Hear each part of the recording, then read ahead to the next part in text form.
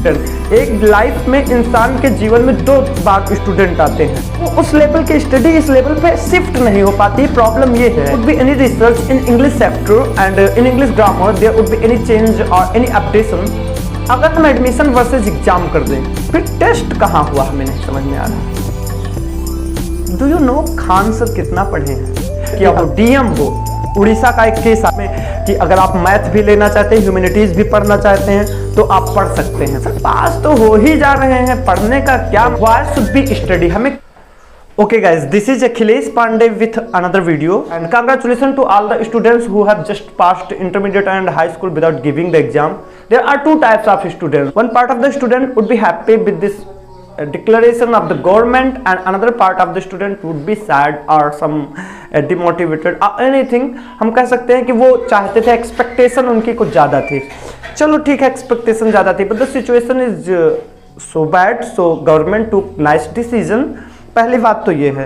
तो अब हम ये बात बताना चाहते हैं, जो पुराने ज़माने में लोग मोटिवेट करते हैं तो कहते हैं, हालांकि घर पे हमारे आपके गार्जियंस तो ऐसी बात नहीं करते हैं, लेकिन वो भी जानते हैं इस बात को। वी कैन नॉट जज a person by the piece of paper that in form of marksheet and certificate. अब एक और पहलू है, as I am teaching students are saying that pass तो हो ही जाना है, बस कोरोना आ जाए पास तो हो ही जाना है। दैट मीन्स देखिए, in this age group adolescents 13 to 19 जो टीन एज है आप मान के चलें, इस एज ग्रुप में होता क्या है कि हम लोगों को पढ़ने के लिए थोड़ा सा एक लॉजिक चाहिए। Why should be study? हमें क्यों पढ़ना चाहिए?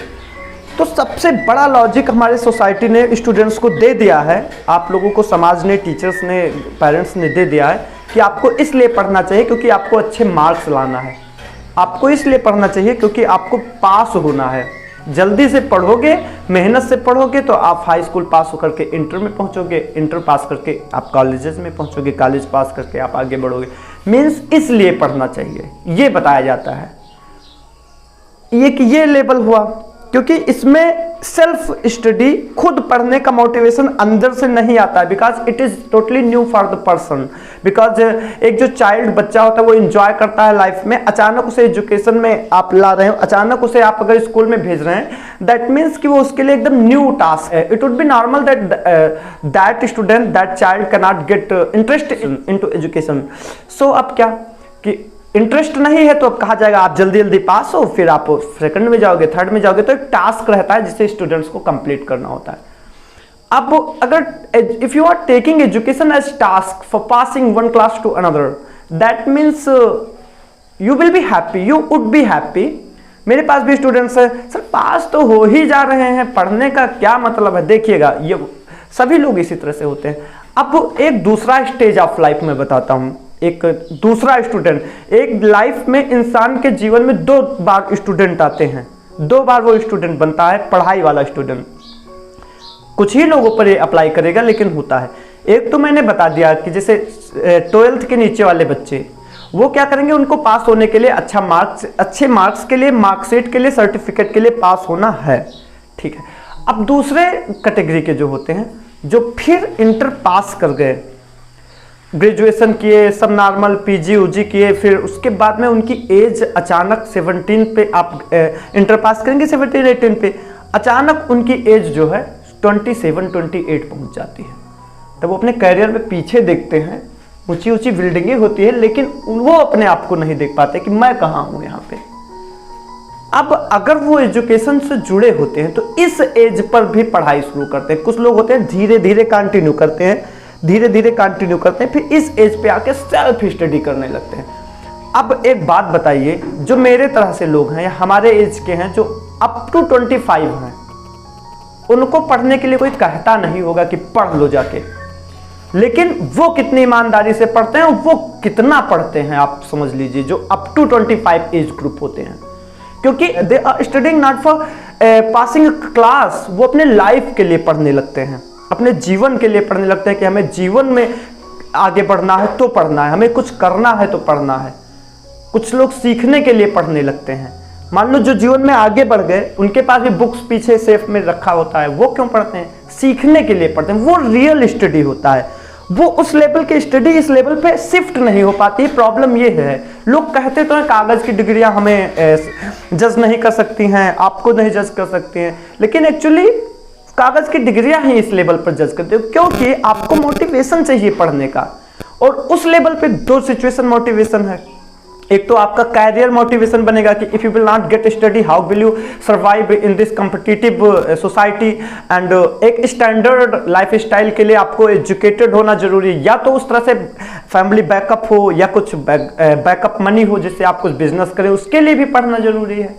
और दूसरा होता है सीखने के लिए, अपने आप को अपडेटेड करने के लिए भी पढ़ना जरूरी होता है। तीन तरह के हो गए क्यों हमें पढ़ना जरूरी है। तो अब मैं आप लोगों के लिए कुछ निचोड़ के निकाल रहा हूं कि पास हो गए, इंटर पास हो गए, हाई स्कूल पास हो गए। This channel is totally dedicated to for the English because as I am an English teacher.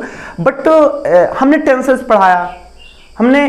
अब एक बात बताओ, if there would be any research in English sector and in English grammar, there would be any change और any updation, would I like to have the knowledge about that research and updation or not?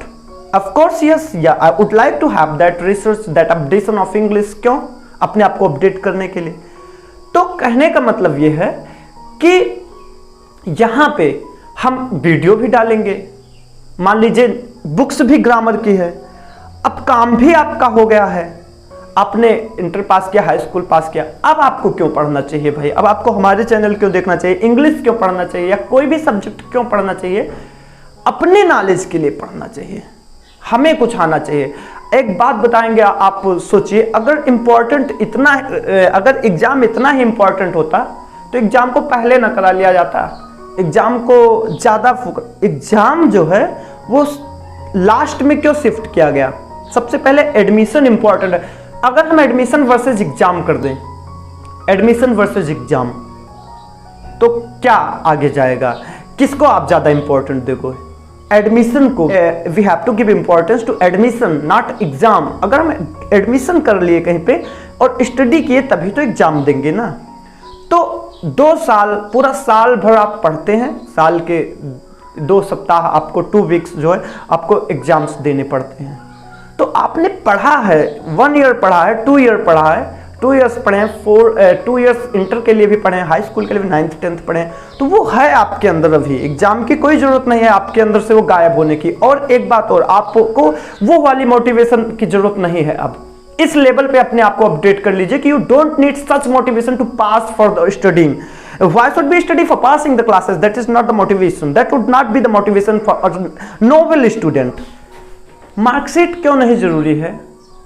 आप ऐसे समझ सकते हैं। Do you know Khan sir कितना पढ़े हैं? क्या पढ़े हैं? उन्होंने मार्कशीट दिखाया? उनको आप कैसे जानते हैं? उनके नॉलेज, उनके टीचिंग एबिलिटी के बल पर आप उन्हें जानते हैं। मार्कशीट दिखाकर तो नहीं, हो सकता है उनसे ज्यादा एजुकेटेड इस दुनिया में भरे पड़े हों, लेकिन क्या फायदा? आपने उड़ीसा का केस देखा है ना, महाशय आईएएस थे, आईएएस क्लियर करना सोचो, जो आईएएस हो, जो एक इंडियन एडमिनिस्ट्रेटिव सर्विस क्लियर किया हो, डीएम हो। उड़ीसा का एक केस आया था, उसने कह दिया हम उसने अपनी डेफिनेशन दे दिया, एक डॉक्टर को कहा एजुकेटेड फूल। मतलब सोचो, पढ़ने से क्या फायदा? आप पंचतंत्र कथा सुनो, नॉलेज होने से क्या फायदा? इस तरह से मार्कशीट वाला नॉलेज होने से, जब आप वही नॉलेज आपके लिए उल्टा पड़ जाए। अगर वो बेचारे डीएम साहब उड़ीसा के, अगर वो ना होते, क्या ना होते डीएम, तो आज हम लोग उन्हें ना जान पाते। ना जान पाते किस लिए वो जाने जाते? वो अपने निगेटिव पर्सनैलिटी के लिए जाने जाते। उन्होंने एक पुजारी को स्लैप किया, एक गलत ढंग से सारी चीजें उन्होंने की। तो ऐसे एजुकेशन से क्या फायदा है? हमें मार्कशीट की जरूरत नहीं। उनके पास मार्कशीट है, ही जस्ट क्लियर्ड आईएएस। और हमारे पास देख लीजिए खान सर हैं, आप संदीप माहेश्वरी सर को ले लीजिए, इनके पास कौन सी डिग्री है? आप इनसे क्यों ज्यादा इंप्रेस्ड रहते हैं? आप इनको क्यों एडमायर करते हैं? समझ रहे हैं ना? इस तरह से आपको जो है कुछ सोचना है, नेक्स्ट लेवल पर सोचना है। आपको 20+ स्टूडेंट बनना है, ना कि 20- स्टूडेंट बनना है। Mentally if you will be the 20+ student, then you will get success. Be a student. अब ये आपके लिए चांस है। क्या चांस है? आपको क्या करना चाहिए? Search your interest, search your favourite subject. Go towards that and study that in this time. इस समय अपने फेवरेट सब्जेक्ट पर टाइम दे दो, इतना टाइम दे दो कि अपने उस फेवरेट सब्जेक्ट पर कमांड कर लो, क्योंकि उसका ना आप सोचो कि आपको कोई एग्जाम ना देना पड़े, नहीं देना है, फिर भी नॉलेज अपने आप को ना उस लेवल का बनाने के चांस हैं। जो हाई स्कूल अभी फ्री फंड में पास हो गए हैं, कंग्रेचुलेसन तो है आपको, लेकिन चांस हैं आप कुछ ऐसा कर सकते हैं। और ये जो पुरानी प्रथाएं थी, गुरुकुल पद्धति थी, जापान में भी एक चीज मैंने स्टडी किया कि 3rd क्लास तक एग्जाम ही नहीं होते हैं, बच्चों को सिखाया जाता है। हम आपको बताएं, इंग्लिश स्पीकिंग हुई या कोई प्रोफेशनल कोर्स हुआ, उसमें भी बहुत डिफिकल्ट एग्जाम नहीं होते हैं। मैंने ब्रिटिश काउंसिल न्यू दिल्ली से किया है, कस्तूरबा मार्ग कनॉट प्लेस से। वहाँ पे जब मैंने इंग्लिश सीखा तो मैं सीखता जा रहा हूँ। My grammar was good as I was the student of UP board. UP board में भाई ग्रामर पे फोकस होता है। I proud to be the student of UP board. Grammar सही था, वहाँ पे कम्युनिकेशन स्किल भी सही हुआ, थोड़ा सा वोकैबुलरी भी सही हुआ।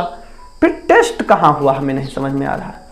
टेस्ट हुआ ही नहीं, कुछ भी नहीं। एक छोटा मोटा एक आपको वर्कशीट दे दिया जाता था, सॉल्व करो, वर्कशीट दे दिया, सॉल्व करो, फिर उन्होंने सर्टिफिकेट दे दिया, सर्टिफिकेट पे very good very good compliment आ गया। तो अगर आपके अंदर टेंशन होगा कि मुझे एग्जाम देना है, तो हो सकता है आप दूसरे ढंग से पढ़ेंगे कि एग्जाम देने वाला पढ़ेंगे। रटना मतलब है you are cheating to yourself. अगर आप रट रहे हैं दैट मीन्स आप एग्जाम देने के लिए पढ़ रहे हैं, और एग्जाम देने के लिए पढ़ रहे हैं तो आप अपने आप से चीट कर रहे हैं, अपने फैमिली से और अपने करियर से, और सबसे चीटिंग कर रहे हैं। तो बी एन ऑथेंटिक स्टूडेंट। आप एक ऑथेंटिक स्टूडेंट बने। ये वीडियो मेरा बड़ा हो रहा है, लेकिन मैं कोशिश कर रहा हूं कि आपको अगला टारगेट पकड़ा सकूं।